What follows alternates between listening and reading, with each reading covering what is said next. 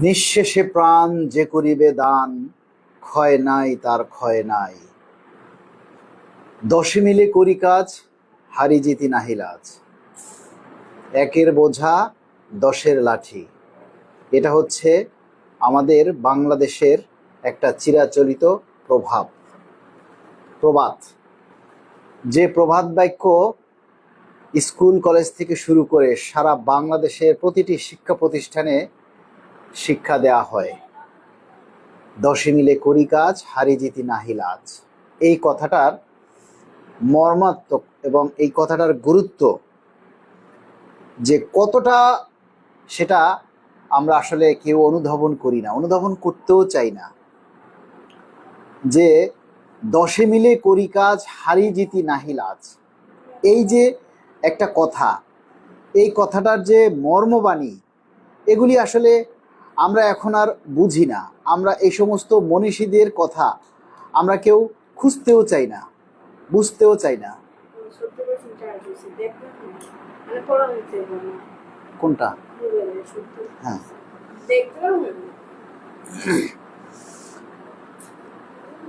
তারপরের কথা হচ্ছে একের বোঝা দশের লাঠি। এই যে একটা প্রবাদ বাক্য, যে একের বোঝা দশের লাঠি, আমরা এই বিষয়ে প্রাইমারি স্কুলে একটা গল্প শুনেছি যে একজন এই 10টা আটি একসাথে বেঁধে সবাইকে বলল যে এবার তোমরা ভাঙো।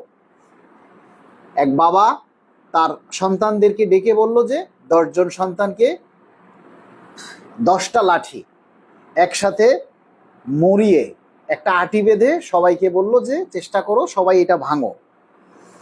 তো 10টা লাঠি যখন একসাথে বেঁধে দিল তখন সেটা কেউ ভাঙতে পারলো না। তারপরে সেই বৃদ্ধ আটিটা খুলে একটা লাঠি সবার হাতে ধরিয়ে দিল, বলল যে এবার তোমরা ভাঙো। তখন সবাই যার যার লাঠি সবাই নিজের ইচ্ছায় অনায়াসেই ভেঙে ফেলতে পারলো। এই যে একটা গল্প আমরা ছোটবেলায় পড়েছি, সেই গল্পটা থেকে আমরা আসলে কি শিখলাম বলুন? সেই গল্পটা থেকে আমরা কি শিখতে পেরেছি? এই যে সারা বাংলাদেশের 22 লক্ষ কর্মচারী, আমরা সবাই চাই পে স্কেল হোক, বাস্তবায়ন হোক।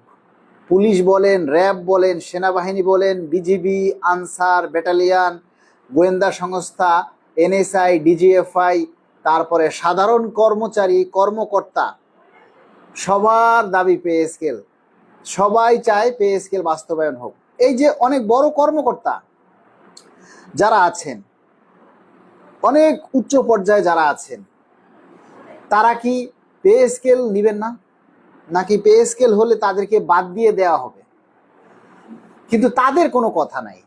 সারা বাংলাদেশে 22 লক্ষ কর্মচারীর মধ্যে অনেক কর্মকর্তা আছে, অনেক প্রশাসন ক্যাডার আছেন, বিসিএস ক্যাডার আছেন, তারপরে আপনার ইউনো আছেন, ডিসি আছেন।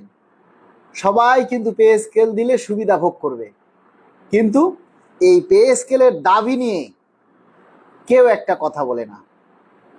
খুব একটা আশ্চর্য বিষয় না বলেন?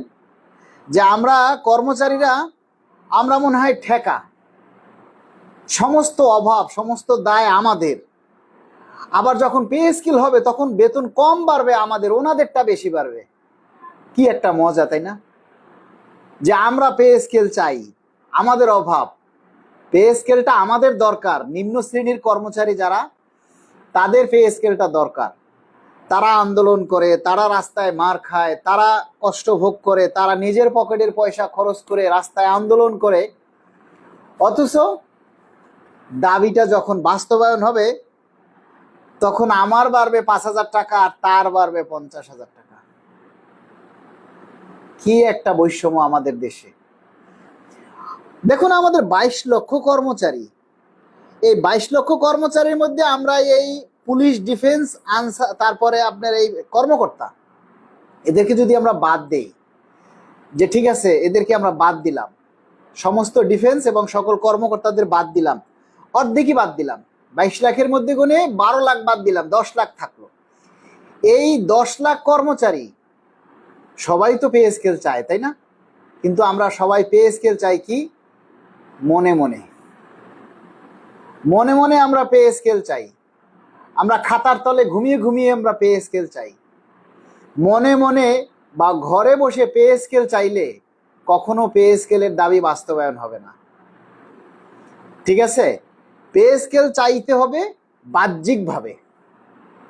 বাহ্যিকভাবে মানে হচ্ছে আপনাকে আপনার দাবির কথাটা মুখে বলতে হবে। আপনি মুখে বলতে পারতেছেন না, আপনি লিখে ফেসবুকে সোশ্যাল মিডিয়ায় দাবিটা তুলুন। আপনি সেখানেও লিখতে পারতেছেন না, যারা দাবি করে, যারা কথা বলে তাদেরকে সহযোগিতা করুন, তাদের দাবিটা প্রচার করুন, সেখানে আপনার দাবিটা কমেন্ট করে লিখে জানান। আপনি একটা দেশ থেকে, আপনি মনে করেন ঢাকার বাইরের একটা জেলায় আছেন, আপনি আসতে পারতেছেন না, আপনার আসলে 2000 টাকা গাড়ি ভাড়া লাগে, ওকে ফাইন, আপনি 500 টাকা পাঠিয়ে দিন, 200 টাকা পাঠিয়ে দিন, যে ভাই তোমরা আমাদের দাবি নিয়ে কথা বলতেছো, আন্দোলন করতেছো, প্রোগ্রাম করতেছো, টাকা ছাড়া তো হয় না। আজকাল টাকা ছাড়া একটা গাছের পাতাও লড়ে না। তাহলে তোমরা যে এই যে এত কষ্ট করো, এত পরিশ্রম করো, নাও আমরা সবাই তোমাদেরকে সহযোগিতা করি। আমরা যেতে পারতেছি না, বলতে পারতেছি না, লিখতে পারতেছি না, নাও ভাই 100 টাকা পাঠিয়ে দিলাম তোমাদের বিকাশ নাম্বারে, তোমরা আন্দোলন করো, প্রোগ্রাম করো, কর্মসূচি করো। এটা কেউ বলে না, এই কথাটা কেউ বলে না। আমরা এই যে দেখেন 2018 সাল থেকে আমরা এই দাবির পিছনে, আজ পর্যন্ত আমরা আছি এই দাবি নিয়ে। দেখেন অন্যান্য সংগঠনগুলি হয়তো তারা সবাই মিলে একদিন একটা প্রোগ্রাম করবে, করার পরে আবার তারা চুপ হয়ে যাবে, আর কোনো খোঁজ খবর থাকবে না, সারা শব্দ থাকবে না। কিন্তু আমরা